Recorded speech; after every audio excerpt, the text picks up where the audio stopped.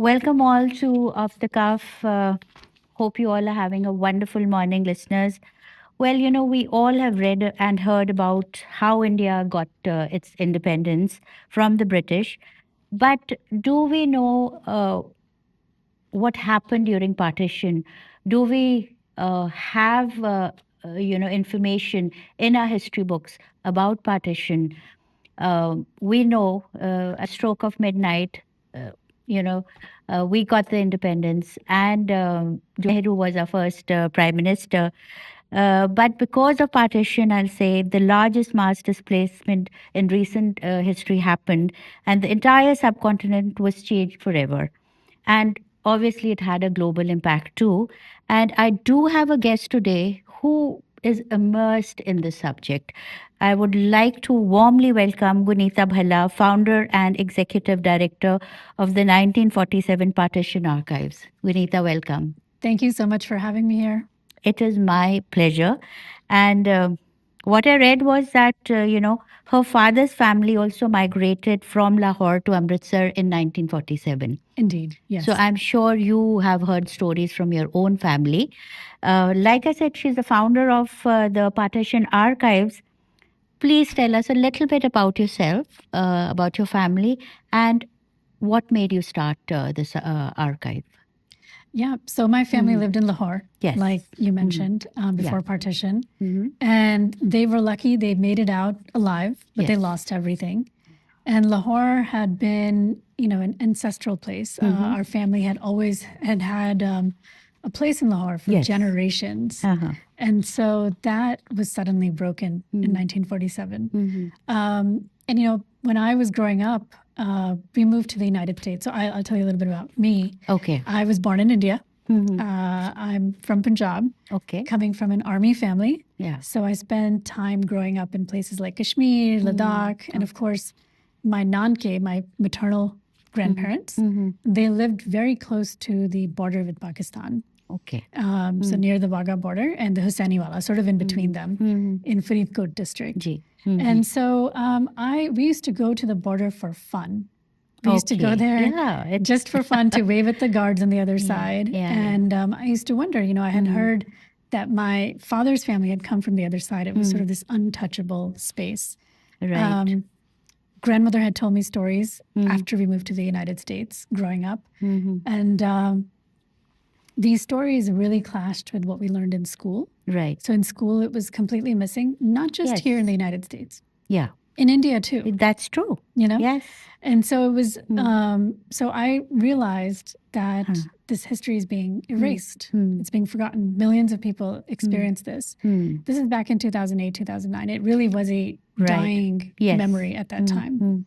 And so I was inspired after going to Hiroshima. I was Yeah. doing some PhD work in Tokyo, and I took a trip down to Hiroshima. I have my PhD in physics, so if anybody's Yes. wondering. And there, they've done an incredible job at the Hiroshima Peace Memorial. But in addition, at the memorial, they have the testimonies of the survivors of the atomic bomb. Okay. And when you watch those, they are so powerful. They hit you in a way that no movie, no book can hit you. And you experience, what they experienced because it's their emotions, their facial expression, all of these different forms of communication are sort of, converging to tell the same story. And they can't be denied. That's when I realized, I'm like, we need to preserve the survivor accounts or the witness accounts. Otherwise, this history is going to be forgotten. Very true. And very few survivors are left, right, from that era. Now, very few. Yeah, yes. but I'm so proud of the work you've done since I think 2010 Yes. it came into being. 15 years. Till now. And we met a long time back, I think 8 years back when you just, started out.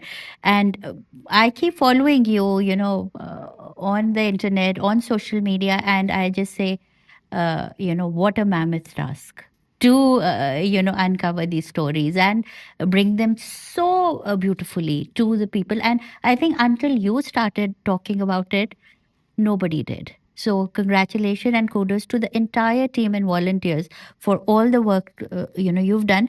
But would you like to highlight a little bit of work and projects that took place in these recent years. Yeah, absolutely. So the story documentation has been an absolute mammoth task, as you mentioned. There have been over 1,000 people involved. People have, gone deep into the Hindu Kush mountains in Pakistan. They've gone deep into the mountains in eastern India. They've gone every part of South Asia has been touched by this oral history documentation. The deserts of Rajasthan, Sindh, and central India. So the volunteers and the people who have done this work, because my job was to help create the platform. Yeah. But there's thousands of other contributors now to that platform. Very true. And so we've documented now over 12,000 families' stories. Oh, wow. Yeah. So for the first many years, we've just been really pushing on the documentation. And one interesting thing came out of it, outside of the archive that's created. Yeah. We were working in a digital realm, and we were doing essentially what's called digital oral history or digital humanities, right? Okay. And this field, when we started, didn't have too many practitioners, so we had a lack of talent. Right. And so we started an internship program, which has now graduated over 1,000 interns in this field. Many of them have gone on to get amazing jobs. Wow. So it's also turned into like a vocational, like an educational program as well, in addition to being an archive. Yeah. And of course, now we're moving into the realm of sharing this knowledge with the public. So we started doing exhibitions in 2016. That's when our first exhibition was. Our biggest one was in a metro station in Delhi, which lasted for about 2 years. Okay. Now we're putting up an exhibit at the Los Altos History Museum coming up in December. Okay. So everybody in the South Bay should go to that. And of course, our big project that took 4 years to make was the 10,000 Memories book in that realm. Absolutely. Amazing work. And I will just say, I'm just reading it. This book, we are going to talk about it, also talks about World War II survivors. And what I read was oral histories have been recorded from nearly 5,000 cities and villages in 17 countries across the world. And, 1,000 volunteers have worked tirelessly behind the scenes to support 140 digital or oral history archivists, you said, who are helping to preserve oral history interviews. 230 plus story scholars who you talked about, readied the interns, and 1,000 certified citizen historian volunteers, 300,000 hours estimated hours. Amazing, I'm just reading for the listeners to know. And now on to the book. I have one here, 1,000 Memories, A Lived History of Partition. This book I just got, and thank you, Guneeta, for sending this book to me. Feels like so personal. It feels like I'm holding a piece of history here. Really, I got nostalgic, because my Nani's side, my maternal side, they also came from Pakistan, Sargodha, and they left everything. I didn't do the oral history for them, but a little bit I know. And unfortunately, I wasn't too inquisitive when we were growing. We barely talked to our grandparents about their history. So, many times they are unable to speak to the, their following generation. So this is, I'll say, an amazing part of history, amazing part of the subcontinent. And I will say, to each one of you, you must have this in your home, as a part of, your country and your lineage, your ancestors. So, Guneeta, on to this book. Would you like to tell, a little about this book and what it has in it, contents and everything else, and how you... Sure. Yeah. So, that book actually, a lot went into it, a lot went into making it. Right. We really wanted to focus on representation and equity. Yes. And that was huge for us. So if you'll notice, this book is square. Yeah. That was, we had a core team of 6 editors, and we made this, everything was by vote. So we made all our decisions by voting. It was very democratic in that way. And so we decided, so Erin Riggs, who's one of the editors, Right. she had the idea of creating a square book because it's the same on every side. Okay. So that's just another representation of equity. And then if you'll notice, the book has two sides, as you showed. It has the east side, and if you flip it, the west side. It has no single front. Right. And the reason is, people often say that the West is better represented in the public history of partition. So we wanted to make sure that we represent East and West. So the book is laid out geographically. It starts out in Afghanistan on one side, and it starts out in Myanmar on the other side, and meets in the middle at the Deccan Plateau. And so that's another aspect. And then, of course, we've tried very hard to ensure that we maximize the number of ethnic groups, religious representation, and male and female stories as well, and very children true. And adults. Yeah. So, one question that arose in my mind, and what I feel also is that there's so many people retelling history in the form of, be it cinema or books or podcasts or whatever you may have. So I have to give you a lot of credit for retelling history in such a responsible way, which Thank you. It's very, very, we take it very seriously. No, and it shows. So for me, is I want your opinion on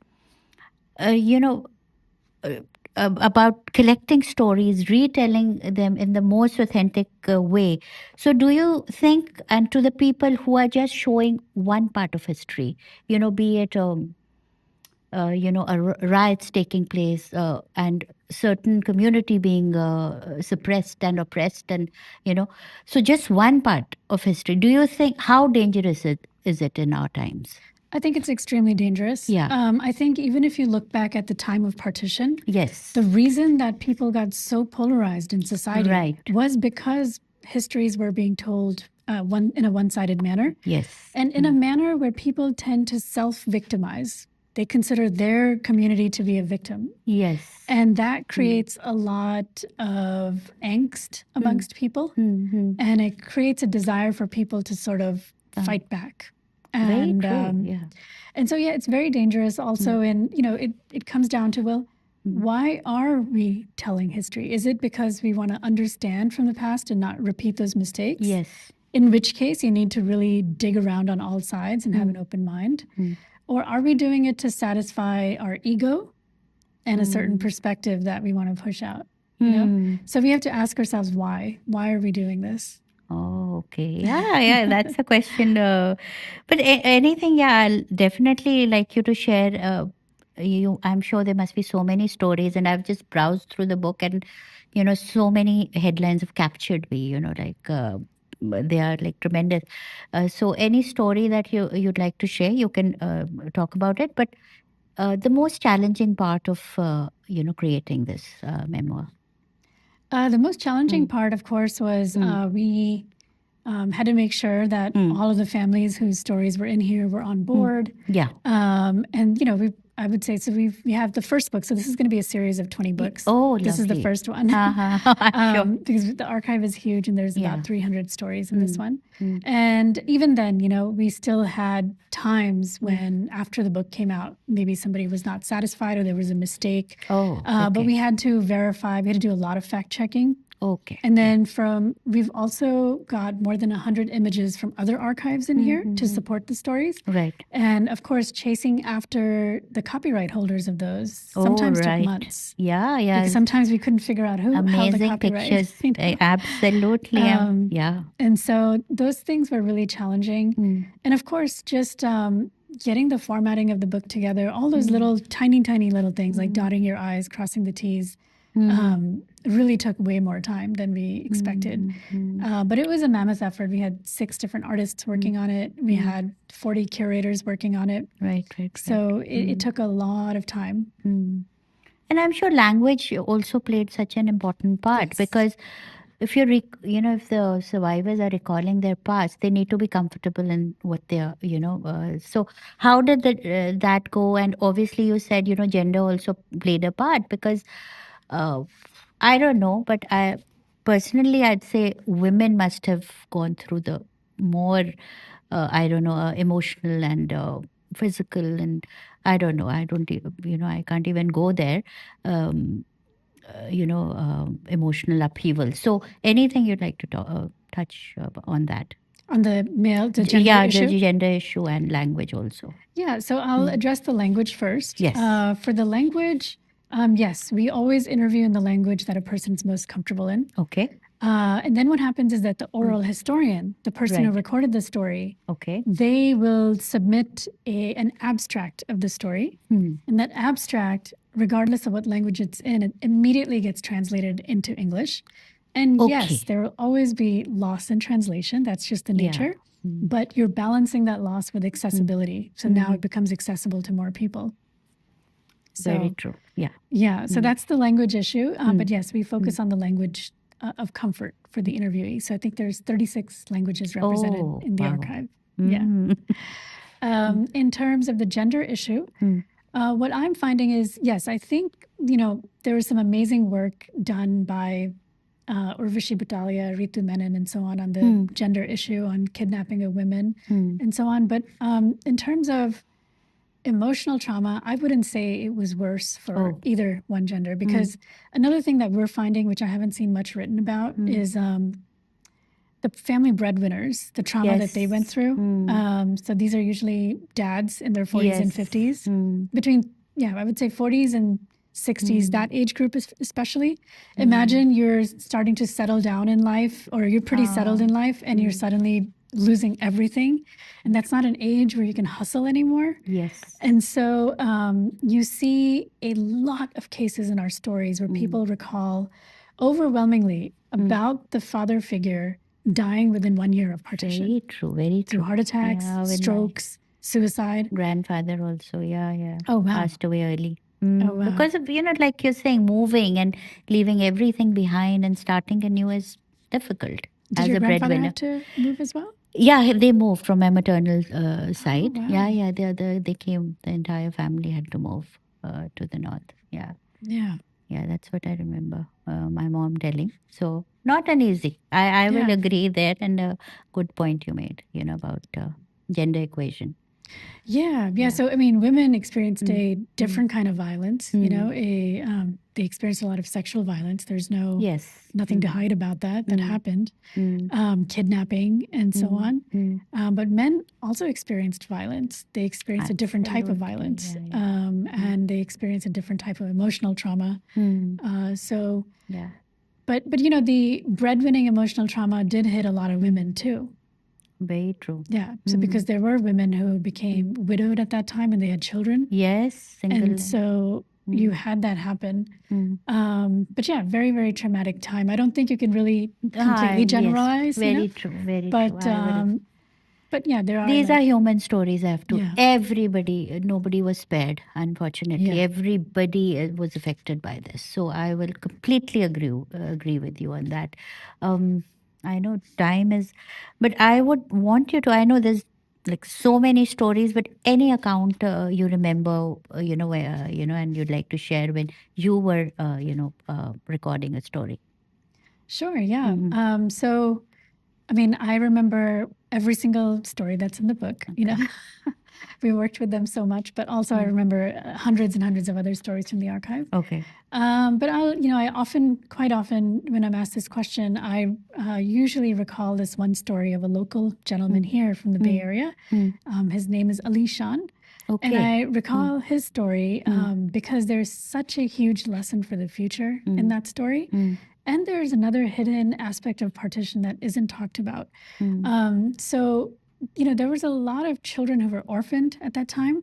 Yes. Many of those children were kidnapped or taken into bonded labor later. Some of these kids came from families that were probably middle class, and they would have had an education, and even otherwise, Yeah. So we've met people living in, who were in their 80s and 90s, still living in those farms where they were kept as labor after they were picked up after partition. But no, I don't know. I mean, I'm not trying to directly correlate it with Ali Shan's story, but Ali Shan was one of these people who was orphaned. He was 8 years old, living in Ludhiana district in a village. His family was massacred in front of him. So he was a very traumatized kid. He was the only survivor from that massacre. For some reason, the one of the I guess rioters decided to save him. He said, "No, I'm taking this kid." And then they walked for a few days. He was given up to a Sikh family.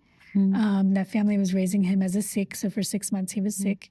And until somebody found out that there was a Sikh child living there and they called the authorities. He was picked up by the Pakistani military who was operating, they were collecting people on both sides, women and children who were kidnapped. So he was taken to Pakistan. Didn't have the best time with his new, his extended family adopted him. They discovered him in a refugee camp there. Okay. Didn't have the best time, eventually left for other countries. He went to the Middle East right after graduating, then went to England. And today lives in the Bay Area and has, had a successful career and life and has many grandchildren today. Wow. But I think the thing that really stands out to me about his story is how he overcame that trauma. And he talks about how he overcame it. He genuinely and deeply forgave all of the people who harmed his family. And he has zero issues in interacting with, befriending people from other communities than his own because he's let go of the trauma. Wow. And today his biggest message is to love everybody as a human and to move on to forgiveness of some of these things that have happened historically so that we can coexist. And I think it's a very powerful message because as simple as it sounds, unless you really embody it, it's hard to move forward. It's not easy to forgive. He's risen above his own, I'll say, personal, emotions. Not easy, and that's important in today's world. That we all are so different. We all are polarized in certain ways. I think letting go is the best way possible to move forward. Yeah. If we keep holding on to the past, it will always, we'll be stuck in that space. Wonderful story to share. And now coming up to how people can help, how people can join this movement that you've started, and where can people find you on social media? Yeah, so our website is 1947partitionarchive.org. Okay. On socials, we're 1947 Partition on Instagram and Twitter, or X now. We're on Facebook as well under our name, 1947 Partition Archive. But the ways people can help, we have a lot of different volunteer opportunities. If people want to volunteer, they can also learn new skills. We offer that opportunity in the digital humanities space. And in terms of other ways, of course, we are a nonprofit, so we completely run on donations. Yes. We were very lucky for many years. We had amazing federal support from the National Endowment for the Humanities, Institute of Museum and Library Services. Both of those organizations have scaled back and they're no longer funding projects like ours as of this year due to the DOGE cuts. So we've lost a lot of that funding. So yeah, we entirely depend on the community now. It would be, it's up to the community. Do they want their history preserved through critical humanities, an academic lens? If so, let's do it together, Absolutely. We all should be a part of this. Yeah, I will, again say, listeners, there are organizations who are putting their heart and soul in certain projects. You might say, oh, this doesn't affect us now. But, you have to see the depth of the work, and it is a part of history. And, it's affecting everybody, even now. Partition affected all of us.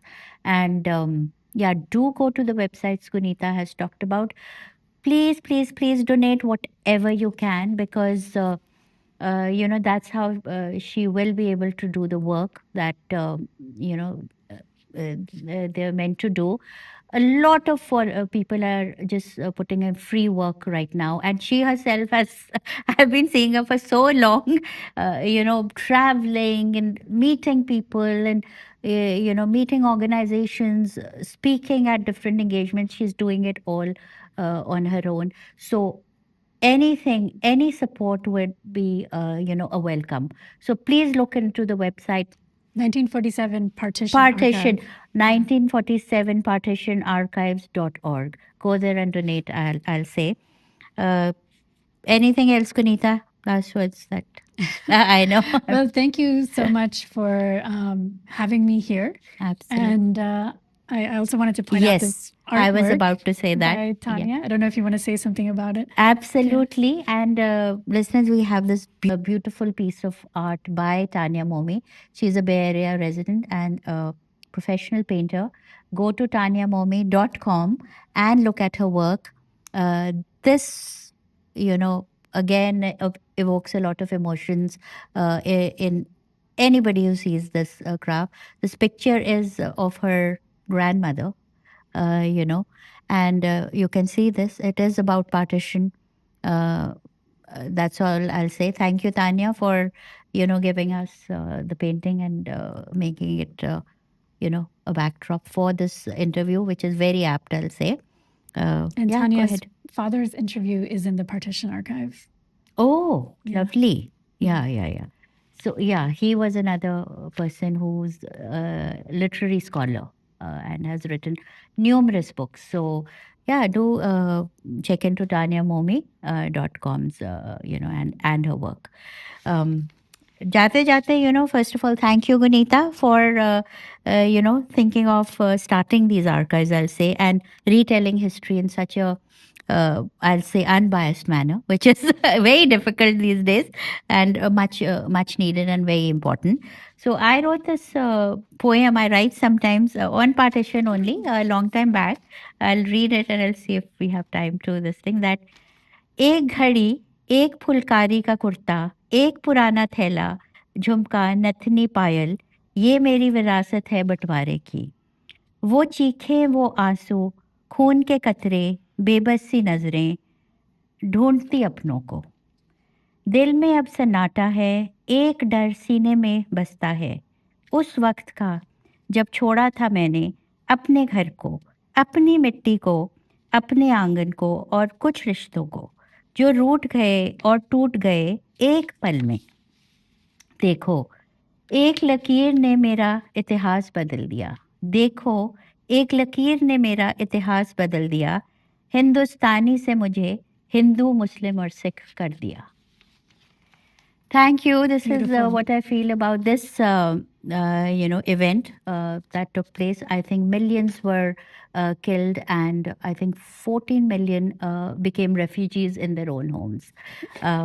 So once again, please support 1947 Partition Archives and do buy this book. We will have a discount code for this book on my Facebook post. So do follow Namrita Johanna or Off the Cuff with Namrita on Bolly 92.3 FM. Thank you, Guneeta. Thank you so much. Yeah, thank you so much for having me here. Take care. Bye-bye. Bye.